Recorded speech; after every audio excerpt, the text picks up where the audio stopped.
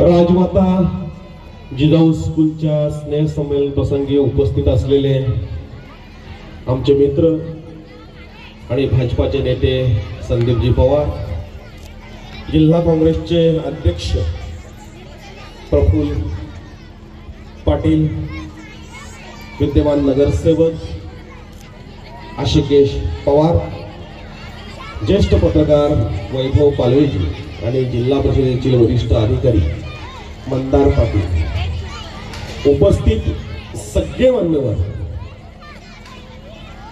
आणि पालकवर्ग, आजचा दिवस हा संस्थेच्या इतिहासातील खूप मोलाचा दिवस आहे. प्रत्येक वर्षी ते स्नेहसंमेलन होत असतं आणि त्या स्नेहसंमेलनामध्ये सर्व मान्यवर उपस्थित राहतात, पालकवर्ग मोठ्या संख्येने उपस्थित राहतो आणि चांगल्या प्रकारे कलागुणांचं सादरीकरण होतं. खरं तर वाडा शहराच्या वैभवामध्ये राजमाता स्कूल हे नाव सर्व अर्थाने अगदी चांगल्या प्रकारे घेतलं जातं. ते यासाठी की इथे खऱ्या अर्थाने संस्कार केले जातात. आमच्या राजांचं, छत्रपती शिवाजी महाराजांचं नाव इथे सरोनीत काढलं जातं. त्यांच्यावर झालेले संस्कार सांगितले जातात. अगदी विद्यार्थीही त्याच थाटामध्ये, त्याच वेशामध्ये आपलं सादरीकरण करून जुन्या आठवणींना उजाळा देतात. इथे मोठ्या संख्येने महिला उपस्थित आहेत. ज्या राजमाता, राष्ट्रमाता जिजाऊंच्या नावाने हे स्कूल, ही शाळा चालवली जाते, त्या शाळेचं नाव ज्या जिजाऊंच्या नावावरून दिलं गेलेलं आहे, त्याची संकल्पना किंवा त्यातून घेतला देणारी प्रेरणा ही अशीच असावी की आमचेही विद्यार्थी हे छत्रपती शिवाजी महाराजांच्या रूपात घडावेत. छत्रपती शिवाजी महाराजांचं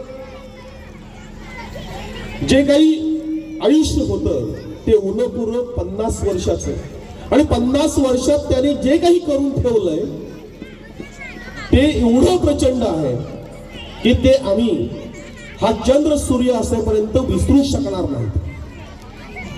म्हणजे आम्ही जन्माला आल्यानंतर आम्ही नेमकं काय केलं, आम्ही कसे जगलो, कसे वागलो, यावर आपलं नाव हे कोरलं जातं किंवा पुसलं जातं.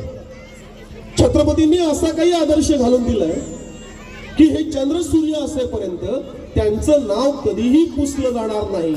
त्यांचं कर्तृत्व एवढं मोठं होतं की तेवढं मोठं कोणालाही होता येणार नाही. मात्र त्यांच्या अंगी जेवढे गुण होते त्या गुणांतील एक अंश तरी आमच्या आत्ताच्या पिढीमध्ये आला तर आम्ही खूप काही करू शकतो. आणि म्हणून त्या शाळेचं नाव जे आहे जिजाऊ, इथल्या महिलांना मुद्दाम सांगेन की ज्या वेळेस जिजाऊ महासाहेब गरोदर होत्या, आदिलशाही निजामशाही लढत होते, शहाजी राजे निजामांचे सरदार होते आणि ते निजामशाही वाचवण्यासाठी झुंजत होते. अशा वेळेस जिजाऊंना सुरक्षित स्थळी हलवणं हे गरजेचं होतं.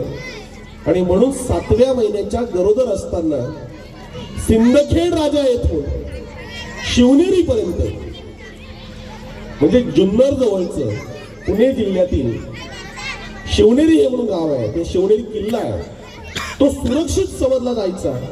आणि त्या किल्ल्यावर जिजाऊंना त्यांनी सुरक्षित पोहोचवण्यासाठी तिकडनं काही सरदारांबरोबर धाडलं आणि तो प्रवास, ती घोडदौड, म्हणजे सिंदखेड राजा इथून आत्ताही 700 किलोमीटर अंतरावर आहे. त्यावेळीचा प्रवास घोड्यावरचा होता.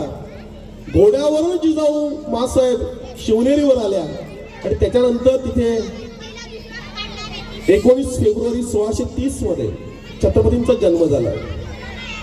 395 वर्ष पूर्ण झाली. ते 395 वर्ष झाल्यानंतरही आजही आम्हाला छत्रपतींचं नाव घेण्याआधी जिजाऊंचं नाव यासाठी घ्यावं लागतं की जिजाऊने जे संस्कार दिले ते कोणालाही आतापर्यंत देता आले नाहीत. आणि म्हणून आपल्या प्रत्येक मुलामध्ये आपण छत्रपती पाहिला पाहिजे. शिवाजी महाराज यांच्या अंगी असलेले जे काही गुण होते त्याच्यापैकी त्या गुणांचा एक अंश तरी आमच्या मुलांमध्ये आला पाहिजे या दृष्टीने जसे पालक प्रयत्न करतायत तसाच प्रयत्न ही शाळाही करते. मी खास करून अरुण आणि अर्पिताताईंचं यासाठी कौतुक करेन की खरवली सारख्या छोट्याशा गावातून वाडा शहरात येणं, एका शेतकऱ्याच्या पोरानं, सामान्य कुटुंबातील माणसांना वाडा शहरात यायचं आहे, एक स्वप्न पाहायचं आहे. ते स्वप्न पूर्ण करण्यासाठी अहोरात्र प्रयत्न करायचे आहेत आणि त्यानंतर हा वटवृक्ष उभारायचा आहे. ही साधी गोष्ट नव्हती, पण आमचे मित्र अरुण अधिकारी आणि अर्पिताताई यांनी ते करून दाखवलं. जे आम्हाला कोणालाही जमलं नाही, जमणारही नाही, ती गोष्ट अरुण अधिकारी यांनी करून दाखवली म्हणून ते खास कौतुकास पात्र आहे. त्यांनी हा उभारलेला वटवृक्ष दिवसेंदिवस वाढत चाललेला, विद्यार्थी संख्या वाढते, विद्यार्थ्यांची गुण कौशल्य वाढत आहेत. अगदी चांगल्या ठिकाणी चांगल्या क्षेत्रामध्ये इथले विद्यार्थी नावलौकिक मिळवत आहेत. अत्यंत चांगल्या प्रकारे या शाळेची प्रगती सुरू आहे. खर तर शिक्षक होणं हे प्रत्येकाच्या नशिबात नसतं. शिक्षणाचं पवित्र कार्य हे ज्याच्या हातून घडतं तो खरा श्रेष्ठ असतो, कारण एक अख्खी पिढीच्या पिढी तो घडवतो. म्हणजे अगदी लहानपणापासून त्या विद्यार्थ्यांना संस्कार देणं, शिक्षण देणं आणि ती पिढीच्या पिढी घडवणं हे पवित्र काम तुम्ही सगळी शिक्षक मंडळी करता आहात. तुम्हालाही मी धन्यवाद देतोय, अरुणचंही कौतुक करतोय. आणि या स्नेह संमेलनाच्या निमित्त एवढंच सांगेन की आता जी कला कौशल्य इथे दाखवली जाणार आहेत, जे सादरीकरण होणार आहे, तीच कौशल्य म्हणजे खरं तर वर्षातून एकदा स्नेह संमेलन व्हायला नको. ज्या मुलांच्या अंगी जे गुण आहेत, ज्याला ते जमतं, मग ते गाणं असेल, अभिनय असेल किंवा कुठलंही वादन असेल, ते त्याला वर्षभर शिकवलं पाहिजे.